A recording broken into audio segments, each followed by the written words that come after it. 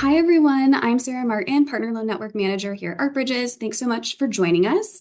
If you can take a moment, just introduce yourself in the chat, let us know where you're joining from, your institution. We'll go ahead and get started. Today's webinar focuses on the ArtBridges Partner Loan Network, an initiative dedicated to bringing American art out of museum vaults and presenting it in communities across the U.S. To get started, I'm just going to give you all a quick overview of the program and how it works. If we can go ahead and start my slides. Thank you. All right, as I'm sure you all know, a significant portion of museum collections sit in storage, meaning that these important works of art remain inaccessible to the public. While most museums would prefer to have these artworks on view, issues like financial constraints, limited gallery space, and staff capacity impact their ability to display or lend them to other museums. To offset such restrictions, ArtBridges created the Partner Loan Network, which presents a lending model that provides museums with the logistical and strategic support needed to circulate their collections. Next slide. This is actually our current distribution of active Partner Loan Network partners. You'll see we're working pretty extensively across the country. Next slide.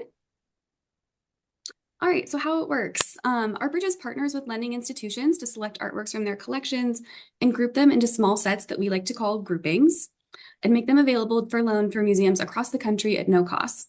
The foundation manages every logistical detail, such as loan agreements, packing and crating, insurance, and shipping. Each loan remains on view for about a year and typically involves a year of planning beforehand. Borrowers are welcome to select one or several groupings from multiple lenders and can hang them as a focus exhibition or disperse them throughout their galleries. Next slide. We provide funding in two phases to support our lenders, one for curatorial development, including final checklist preparation and object assessments, and another for preparing artworks to travel. This chart can also be found on our website if you want to reference it again. We can go ahead to the next slide. Borrowing museums receive the art for free and can also apply for additional ArtBridges funding to activate the works on loan through transformative interdisciplinary programming. Next slide. Our goals for this initiative are to bring artworks out of storage and into new communities, increase the diversity of artworks available in museums across the country, and help fill gaps in collections. We aim to interpret historical works in fresh and innovative ways, make the borrowing process more transparent and accessible for museums of all sizes, and also foster deeper community engagement to access new audiences. Next slide. All right, now it's a very quick overview of Partner Loan Network, but let's go ahead and dive into today's topics. Today we have Dr. Tara Lee Hedrick from the Wichita Art Museum, who will share an overview of current and past Partner Loan Network projects and discuss how the Wichita Art Museum has leveraged Partner Loan Network groupings. Mary Frances Ivy, also from the Wichita Art Museum, will discuss Partner Loan Network projects that feature learning engagement programs with a focus on accessibility. And Jessica Hong from the Kemper Museum of Contemporary Art will highlight the artworks that the current museum is currently making available through Partner Loan Network. We're thrilled to highlight how museums are using Partner Loan Network to build connections, share resources, and enhance the cultural landscape for communities everywhere. Thank you for being here, and let's get started. Again, I'm delighted to introduce Dr. Tara Lee Hedrick with her deep curatorial experience and commitment to creating meaningful connections between art and audiences. Dr. Tara Lee Hedrick brings valuable insight on the Partner Loan Network from a borrower's perspective. She has served as curator of the Wichita Art Museum since 2018. Tara has a PhD in art history from Northwestern University and earned a BA and MA in art history from the University of Kansas. She has organized notable exhibitions, and Hedrick Scholarship has appeared in several leading journals. She'll share how the Wichita Art Museum has leveraged this program to bring dynamic exhibitions to its community, engage visitors in new ways. Take it away, Tara. Thank you so much, Sarah. And the first thing I'm going to do is share my screen. And there we are. Everyone can see my slides? Okay, great. Thank you so much, Sarah, and everyone. I just have to say, as we get started, I here at the Wichita Art Museum, we are ArtBridges super users and ArtBridges super fans, and perhaps my favorite initiative of the many extraordinary initiatives at ArtBridges is the Partner Loan Network. And just a little bit about WAM before I get started. We are located in Wichita, Kansas, here in the very, very middle of the country.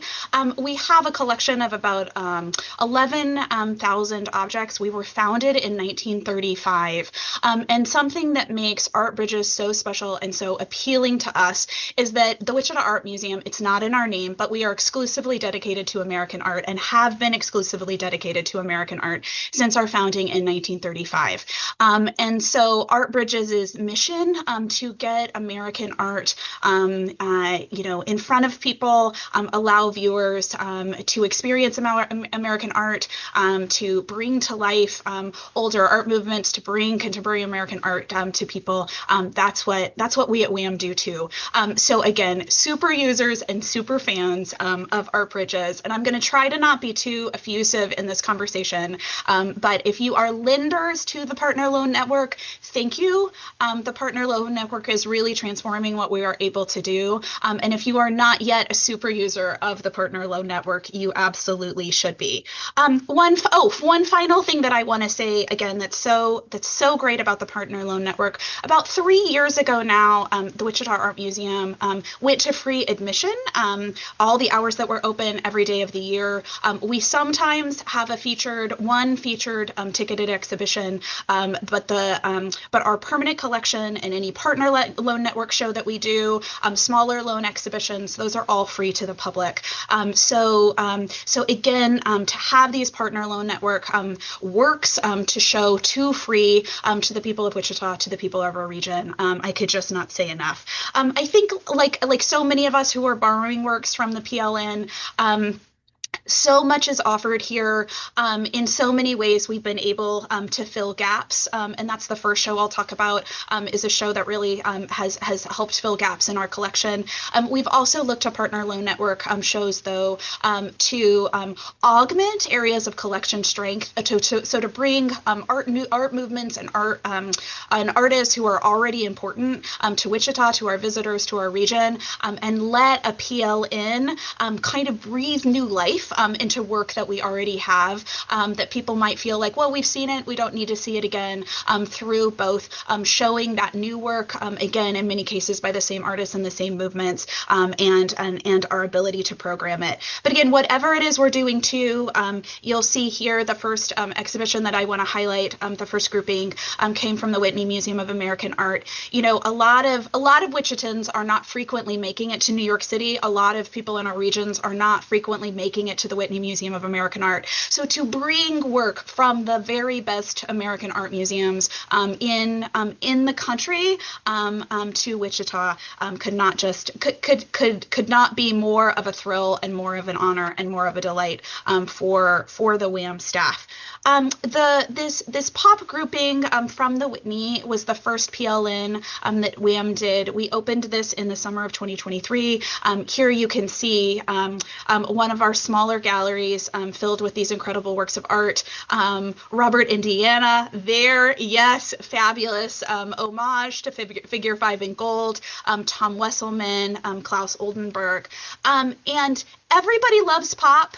WAM loves pop. Most of WAM's pop is works on paper, and so is not available to be out all the time or available to be out frequently. So again, our ability to borrow this from the Whitney, bring attention to an art movement that is so popular, that is so accessible, was just incredible for us. And again, here are two WAM Andy Warhols that are works on paper, so are quietly napping in storage most of the time. One of the great things about the pop grouping, though, is we do have a great Alan Darkangelo painting. Ours is on the left. Oh, excuse me, and this is an error in my slide. The one on the right is from the Whitney. It's from the pop grouping. So go out and get it, everyone who hasn't gotten the pop grouping yet. So again, within bringing work to WAM that we don't have, but we also got to highlight an artist that we do have in the collection, and bring bring attention to our own Dark Angelo. Something else that was quite special, as you saw in that opening slide, the Robert Indiana next to the Klaus Oldenburg. For Wichitans and for visitors in our region who are more aware of art history, of various art movements, there is a very famous Klaus Oldenburg only a few hours away from us, the shuttlecocks at the Nelson Atkins Museum of Art in Kansas City. So we were just, again, thrilled to be like, do you like this fabric saw? You might recognize the artist from the shuttlecocks in the same way. There's a love sculpture on the grounds of Wichita State University that belongs to the Ulrich Museum at Wichita State University. That's another great museum in town, and the major university in our town. So again, bringing these works that people might not know the names of those artists, but once they were here, ways to make connections to things that people might have already have seen. A couple of other views of the gallery. There's the Dark Angelo, really great Jim Dine, Lichtenstein, absolutely incredible grouping. That is our Alex Katz cow that belonged to Wham. So we kept the grouping the same, but then added our one Katz work, and we had just acquired this, so this was a great opportunity to get it out as a kind of debut moment. This exhibition is perhaps my favorite of the PLNs. How do you choose between beloved children? I don't know, but this one is really special. Partially just for the serendipity of what occurred. This is Seeing America. It's an regionalism American scene, two groupings that were available from the Swope Art Museum in Terre Haute, Indiana. They are doing a renovation, and these are some of the jewels of their collection. That they allowed the PLN to travel. So an incredible honor. You'll see this shot of the show in one of Wham's galleries. And yes, that is a gorgeous Edward Hopper there on the right. Why not, right? Take a gorgeous Edward Hopper from the PLN, supported by Art Bridges, all paid for. Wichitans can see it for free when you can. The Swope grouping is really special. Here's another view of the galleries. Of our installation. We just thought it looks fabulous. This was a really special grouping because American scene and regionalism works are one of the foundational collections at the Wichita Art Museum. We have a ton of really, really great work from this period. We have 4 Edward Hoppers. Speaking of our good friend Edward, there's one of them on the right. And in fact, the first work acquired for the Wichita Art Museum in 1939 was John Stewart Curry's Kansas Cornfield there on the left. So for Wichitans who are familiar with Wham, who come here looking for certain kind of art and certain kind of things, the Swope grouping felt really perfect. But also so special in augmenting things that we don't have. Perhaps because our founding collector felt like we were Kansans, and so we only needed John Stewart Curry, and we did not need Grant Wood. No one needs Iowa. No one needs Missouri with Thomas Hart Benton. We have a ton of Grant Wood on paper. We have a ton of Thomas Hart Benton on paper, but not great paintings. And this Grant Wood Spring in Town from the Swope, you could knock me over with a feather. It's maybe my favorite thing on view at our museum at this moment, which is really, really high praise. So again, that ability to augment what we have, bring forward what we have, allow us to highlight what we have, but deepen that conversation, allow that conversation to be richer. This could just not be more perfect for us. There's another view of the galleries.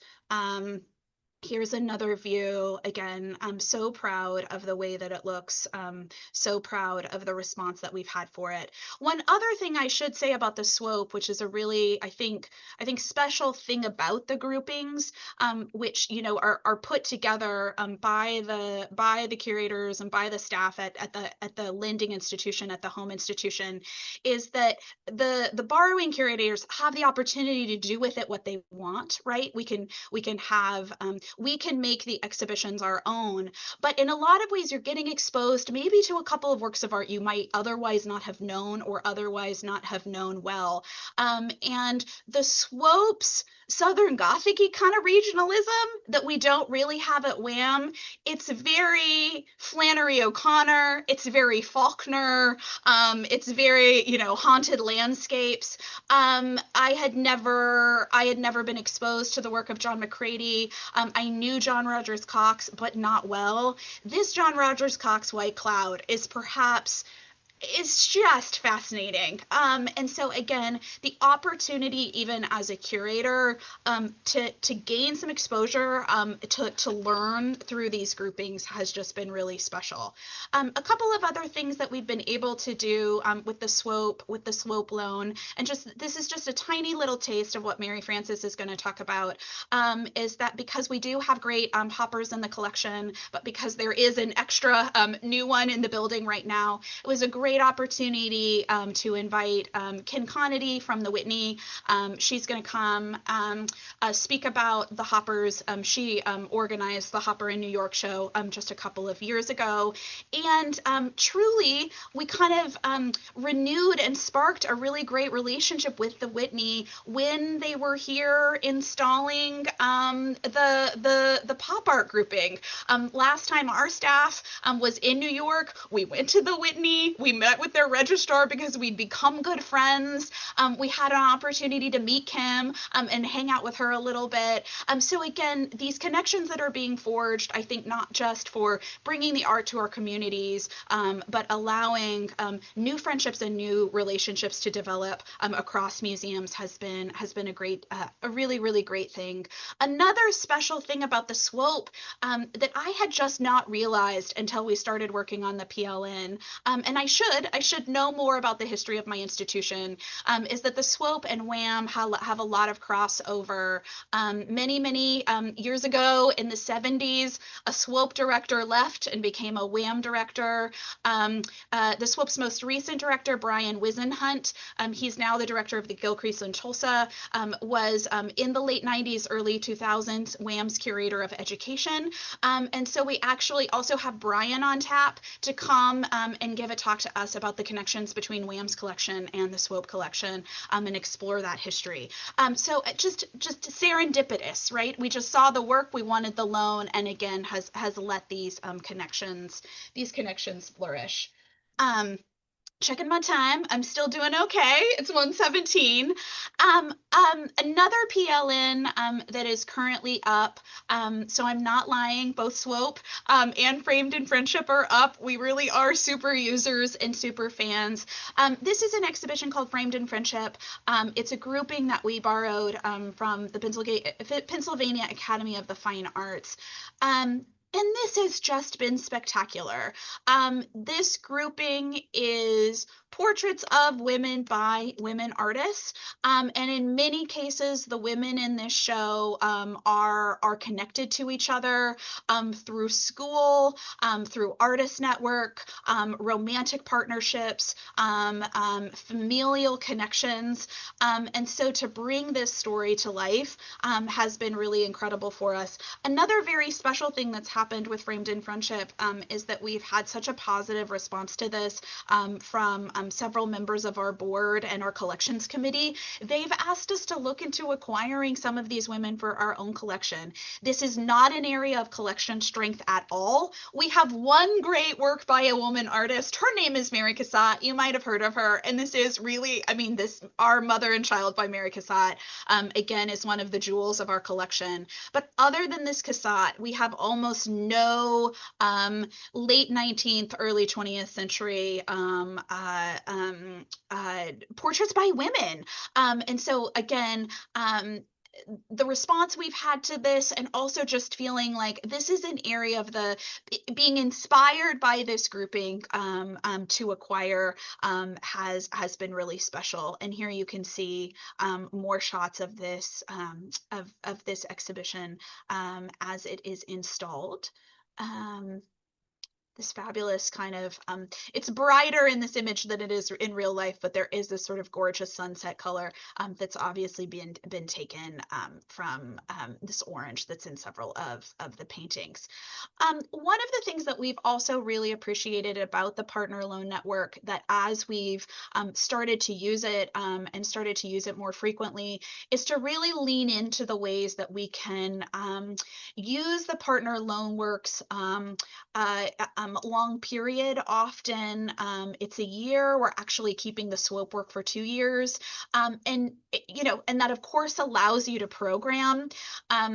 3-month windows are so short for us. There's too many shows in 3 months happening at WHAM. There are only so many Fridays and Saturdays you can get people to this building to program them. So we love this longer run, but then it has also allowed us to have Partner Loan Network exhibitions up that then augment other things that are happening in the galleries. Our featured show last fall, our one ticketed show last fall, was the touring exhibition Abstract Expressionists, the Women. And to have the PAFA show of women artists, women networks of the generation just prior to these ABEX women was extraordinary for programming, for tours, for understanding the development of American art, as of course is the regionalism show and the swope show. How did we get from regionalism? How did we get from Thomas Hart Benton, right? And then 10 years later, we're doing abstraction, and how did we get there? And so having all of these shows up at the same time really allowed us to focus in and explore a period in American art history, and in some ways help our viewers understand abstraction, which feels silly but can still be tough for people in 2025. Well, let me take you to this gallery, and let me take you to this gallery, and then we'll go to this gallery, and we can tell that story in a more full and complete way. And just a final thing to say about the programming that we did is we were able to again kind of cross program those shows in particular with a fabulous talk we had by the legendary Erica Doss, who came and talked about how we got from regionalism to abstract expressionism, and was able to pop in a couple of images as well from Framed in Friendship from the PAFA collection to talk about changes in American art movements, and changes in the lives and opportunities of American women artists from the beginning of the 20th century through the middle of the 20th century. So just a couple of ways in which we've used these PLNs. We we'll continue to use them as long as they'll give them to us. Next up, we're having the Emilio Sanchez show, and I don't even think I've told this to Sarah. We have our eyes on another grouping. We just had a meeting about it next week. Expect an email from me. So again, could not be more effusive about the PLN, both everything that Art Bridges has done to make this possible, but also so grateful to the lending institutions. So with that, I'm going to stop my share, and I think I was just about 20 minutes exactly, and so I'll pass it back to Sarah. Hey, thank you so much, Tara. I love seeing all the groupings. I have such a soft spot for that grouping from PAFA. I need to come up to Wichita and see it before it closes. Great. All right. Next, I'm delighted to introduce Mary Frances Ivy, Director of Learning Engagement and Partnerships, also at the Wichita Art Museum. Mary Frances joined the Wichita Art Museum in 2021 and has since led a range of impactful projects that bridge audiences to art in meaningful ways. Mary Frances holds a master's degree in art history from the University of Kansas and is currently a PhD candidate whose research centers on age, disability, and visibility in contemporary American art. Previously, she was the assistant curator for the installation of the museum's permanent collection, as well as the exhibition Robert Peterson, Somewhere in America, and curator of Coming of Age, Women Growing Older in America. She'll share how Partner Loan Network projects are inspiring learning engagement programs at the Wichita Art Museum that expand accessibility and create new pathways for visitors to connect with art. Take it away, Mary Frances. Thank you, Sarah, for the wonderful introduction. And thank you for the invitation to be here to you and all of our bridges. We are just, Turley and I both, I think, are just honored to be part of this webinar and glow about how much we appreciate the Partner Loan Network. Hello, all tuning in. My name is Mary Frances Ivy, and I can't wait to talk to you about access and belonging in WAM's engagement of Partner Loan Network projects. So for us, when we first received the wonderful news that a partner loan network grouping or groupings will be on view at WAM, the first thing that comes to my mind is setting some goals for the learning and engagement activities that we'll propose for an application. And so some of my questions for that process are, what are the affinities we have among the PLN objects, WAM's collection, and our community here in Wichita? What are the parameters of the gallery space? I don't know if some of you may be gathering from this image and the installation views that Tara Lee shared with you. This is a very small gallery. And so we want to reach a maximum number of people, but not have a maximum number of people in this gallery at any given time. And how can we try something new, grow WAM's reach, and learn for our future work? And so, as I was thinking about what would make the most meaningful connection of these couple of groupings of objects with WAM's community, I turned to one of our resources, which is also afforded to us through support from Art Bridges, COVES, and this is the Collaboration for Ongoing Visitor Experience Studies. This is a visitor experience survey that we utilize at WAM. And so I turned to some of the questions in the survey that get at belonging. What makes a museum visit to WAM meaningful? And so some of the statements that visitors are invited to disagree or agree with are, I felt like I had a place in the world, I felt like I was part of a community, and I felt connected to the people around me. And I've been really struck by the fact that very few people agree, or pardon me, disagree with those statements, and the vast majority of people agree or strongly agree. And then turning to the short form responses that we have for people where they describe in their own words their visit, people share that they felt a sense of belonging, a part of a community. They were emotional in a good way, and that they had an entertaining and informative experience. And so for me, all of these key words about a meaningful visit are a call to action for our programs. In other words, how can I recreate that experience for people on purpose? And so in interpretation, for us, we were very excited to pilot something, while not new in the museum field, new for WAM, an interpretation video offering a variety of perspectives about works of art on view in pop highlights from the Whitney. And so we invited four artists in our community. One is a drag artist, two are painters, and one is a graphic designer to talk about how their work relates to the history of pop art, past and contemporary, and to share a variety of perspectives about these objects. And we were so delighted by the great feedback that we had from visitors about feeling that these objects, which while I love pop art, would be the first to say, for some people, they can feel some sort of devoid of content, or what is the point of entry here, that people reported feeling a deep connection from local creatives sharing about their relationship to these works. Another pilot project for us was a free adult party. So we are reaching members, we're reaching older adults, we're reaching people who are a part of our donor base, but adults who are not older adults and are not parents with children are an audience that we have not been reaching with the success that we want to. And so we've been eager to try a free party to celebrate belonging, fun, connection, and foster affection for works of art in WAM's collection. So in some of these images from our pop-up party that we held last summer, you can see some of the works of art in WAM's permanent collection that Tara Lee shared with you in her presentation a few moments ago. So we knitted those connections together, offered opportunities for art making, and I think probably most importantly, spotlighted artists in our community. And I have to say that we were so delighted by this party that we're having two again this year. So that is really the beauty of Partner Loan Network Learning and Engagement Activity Awards, is the invitation to take a risk, try something new, and then learn and iterate. Framed in Friendship, American Women Artists and Their Networks, as Tara shared with you, has really brought an attention to women artists and networks of women their due at the museum.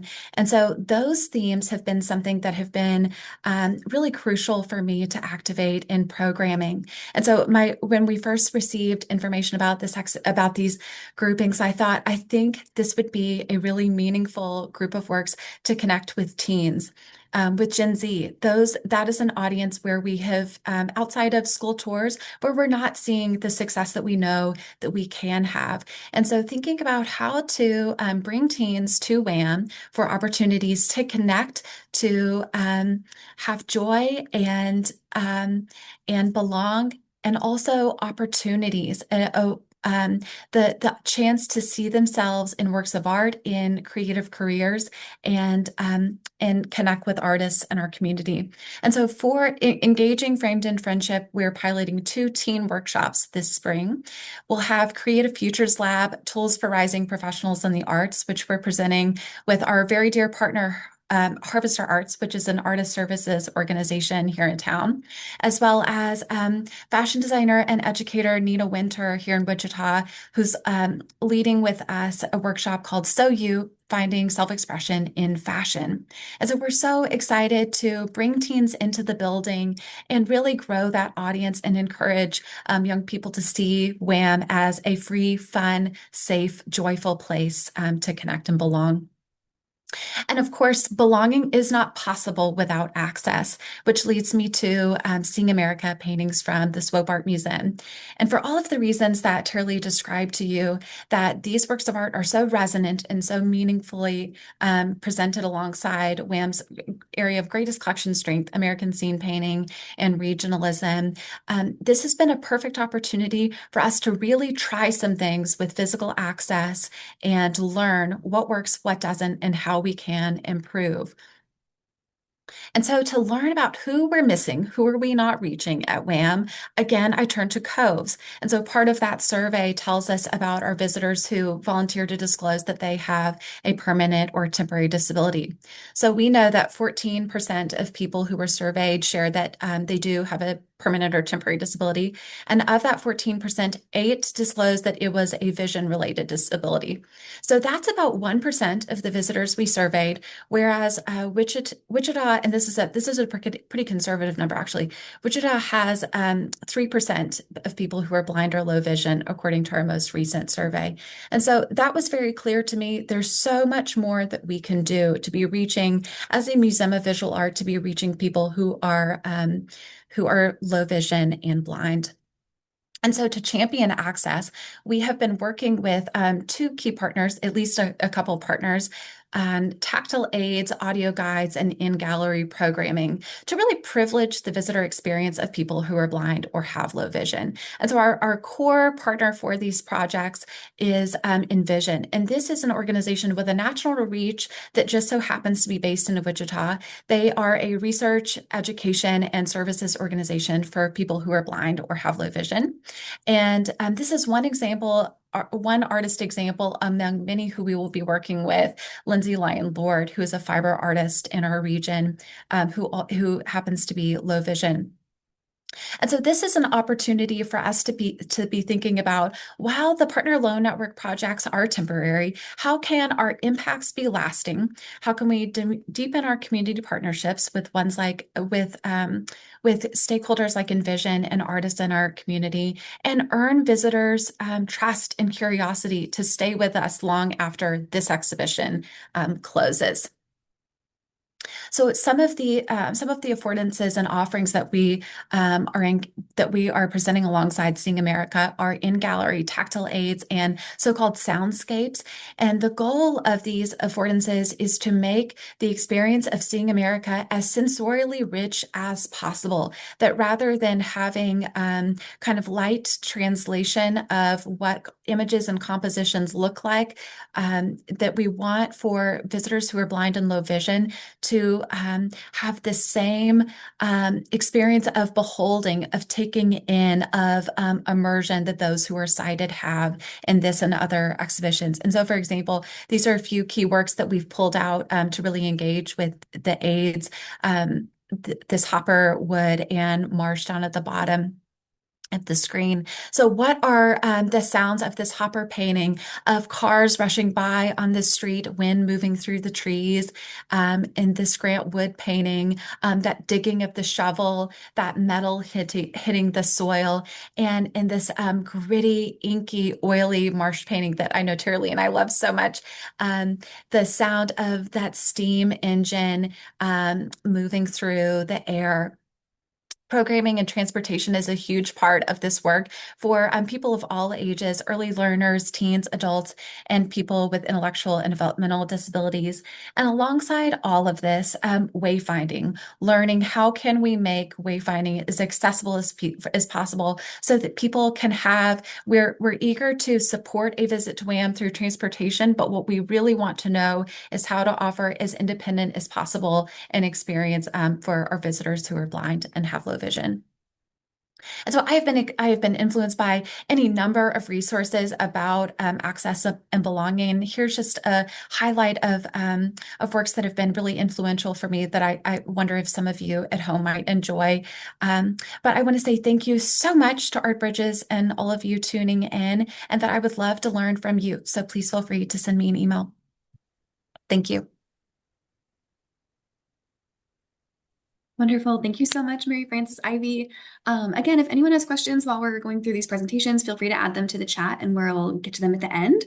But for now, we're going to complete our picture with a lender's perspective. And so it's a pleasure to welcome Jessica Hong, Chief Curator at the Kemper Museum of Contemporary Art in Kansas City, Missouri.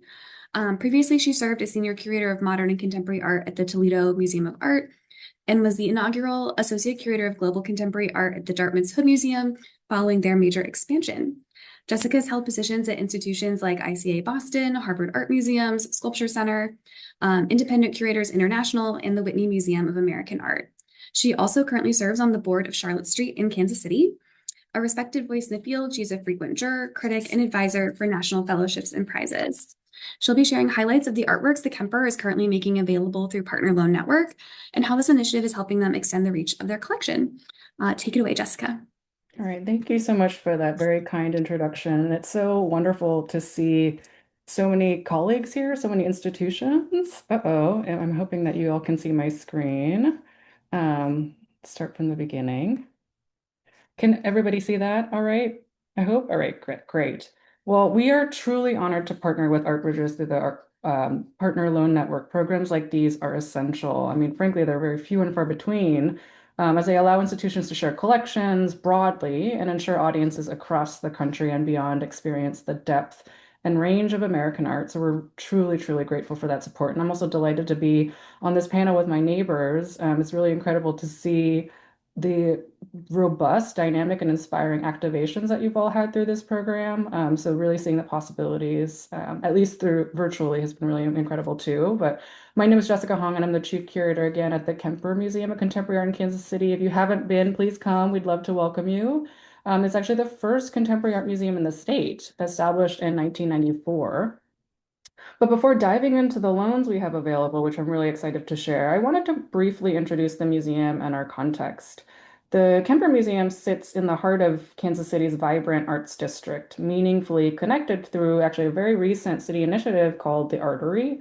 We are across the street from the Kansas City Art Institute, established in the late 1800s, and steps away from the Nelson Atkins Museum Art, all of whom have been really wonderful collaborators.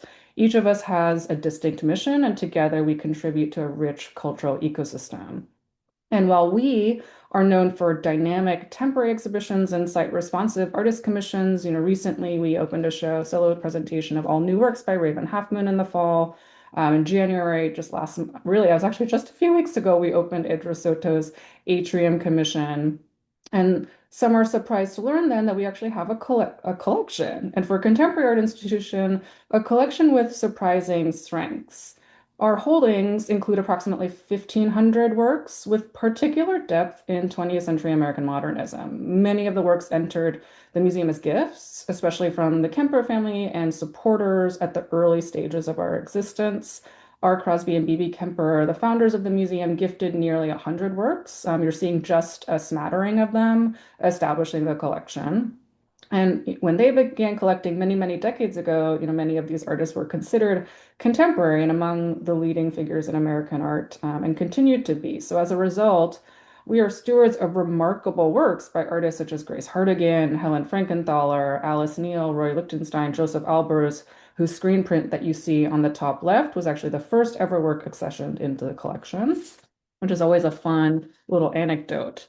But if you have been to the Kemper Museum, you will also know that our gallery footprint seriously limits how much of the collection that we can show at any one time. And so the partner loan network provides this ideal opportunity to share these works more widely.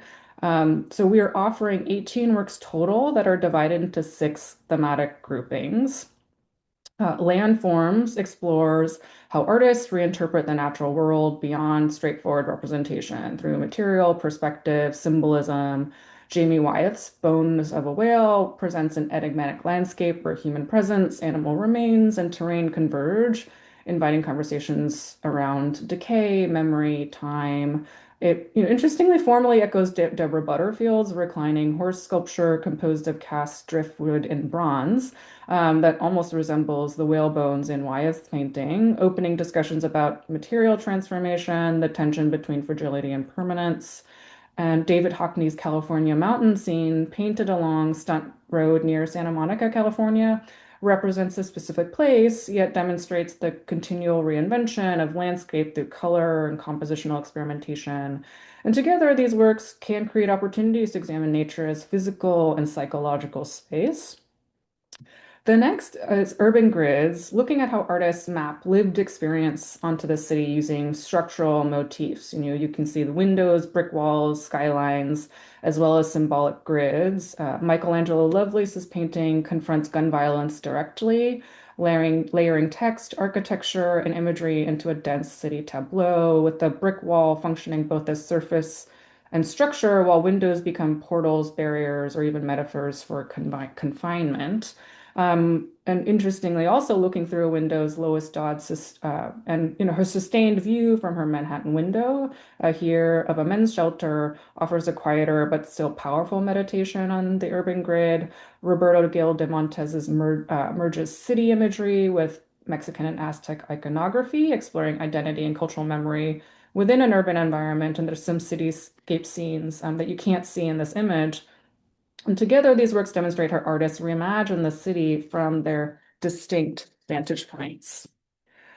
The next is shifting landscapes. And landscapes is actually one of the strongest through lines in our collection. And this grouping frames it as a site, again, of experimentation and reinvention, especially during periods of change.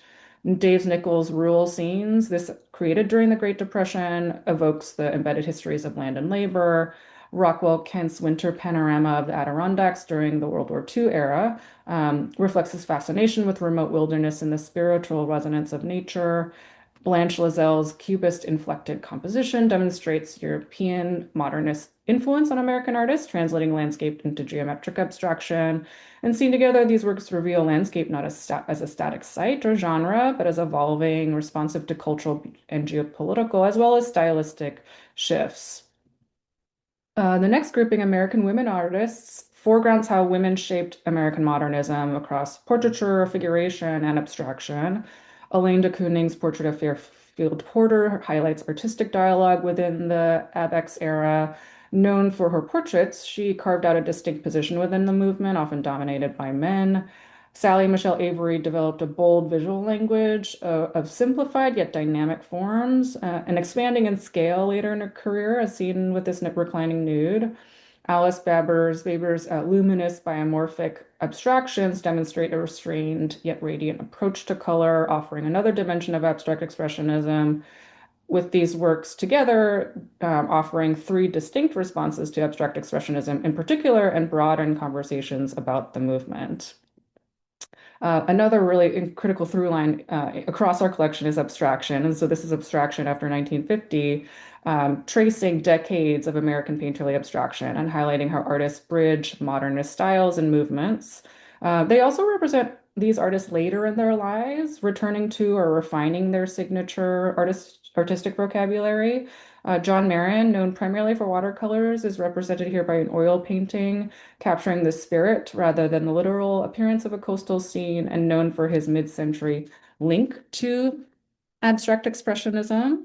And we are, oh, I'm so sorry. I was jumping ahead a little bit, but Kenneth Noland revisits his iconic concentric circles in a powerful late career composition, underscoring his exploration of color field paintings, emotional and psychological resonance.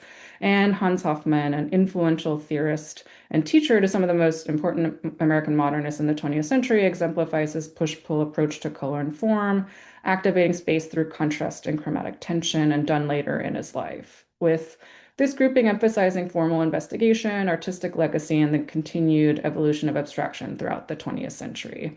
And I just gave you a sneak peek, but we actually have a grouping going out on loan officially. We were very excited. We recently had our collections committee and board meeting just a couple of weeks ago, which was hot off the presses. We are thrilled to have just approved our first loan request from the Allentown Art Museum. These modernist works will be on long-term view, enriching their recently reinstalled American art galleries, and they have a very robust plan for expanding public engagement with these works, which we're super excited about. I hope I get to experience them in person. And across these six groupings, these 18 works offer rich opportunities for dialogue about landscape and city, identity and abstraction, influence and reinvention. And I will say many of these works have not been on view at the Kemper Museum for years. And in some instances, they have, as much as I hate to say it, they have never been on view, frankly, to our chagrin. And the partner loan network allows them to enter new conversations and reach broader audiences. And our community that knows and is deeply invested in the collection is so proud of our collection. And it's also really meaningful to see from their vantage point to see that other communities want to and have the opportunity to engage with the Kemper Museum's collection works. And extended loans are particularly valuable. I think my colleagues here demonstrated that, allowing museums to build sustained relationships, not just with works, but with broader communities. And over time, deeper engagement yields new interpretations, connection to local narratives, and repeated audience encounters. And we see these partnerships as a way to amplify the voices of artists, expand access to important works, and create lasting connections between communities and art in direct alignment with ArtBridge's vital mission. And so through collaboration, we can ensure that these stories, that these works tell, continue to resonate far beyond the walls of our museum. And so we offer our immense thanks to ArtBridges, and we look forward to seeing how these works inspire and connect audiences across the country and beyond. And we hope to, at some point, be working with some of you on this call as well. Thank you. Wonderful. Thank you so much, Jessica. These works are so incredible from your collection, and we're thrilled to have them in the Partner Loan Network. If you're interested, they're available online if you want to check them out and download a checklist. Let us know if you're interested in borrowing any of these works, and we're happy to set up a call. Well, thank you all again for joining today's webinar. It's been such a pleasure sharing these new opportunities with you, and we're so grateful for our presenters for their invaluable insights. We hope this session has brought some fresh ideas for how you could partner with ArtBridges. And keep an eye out for a follow-up email. You'll have a chance to learn more and provide feedback on future webinar topics. Thanks again, everyone, for attending, and we hope to see you next time. Bye, everyone.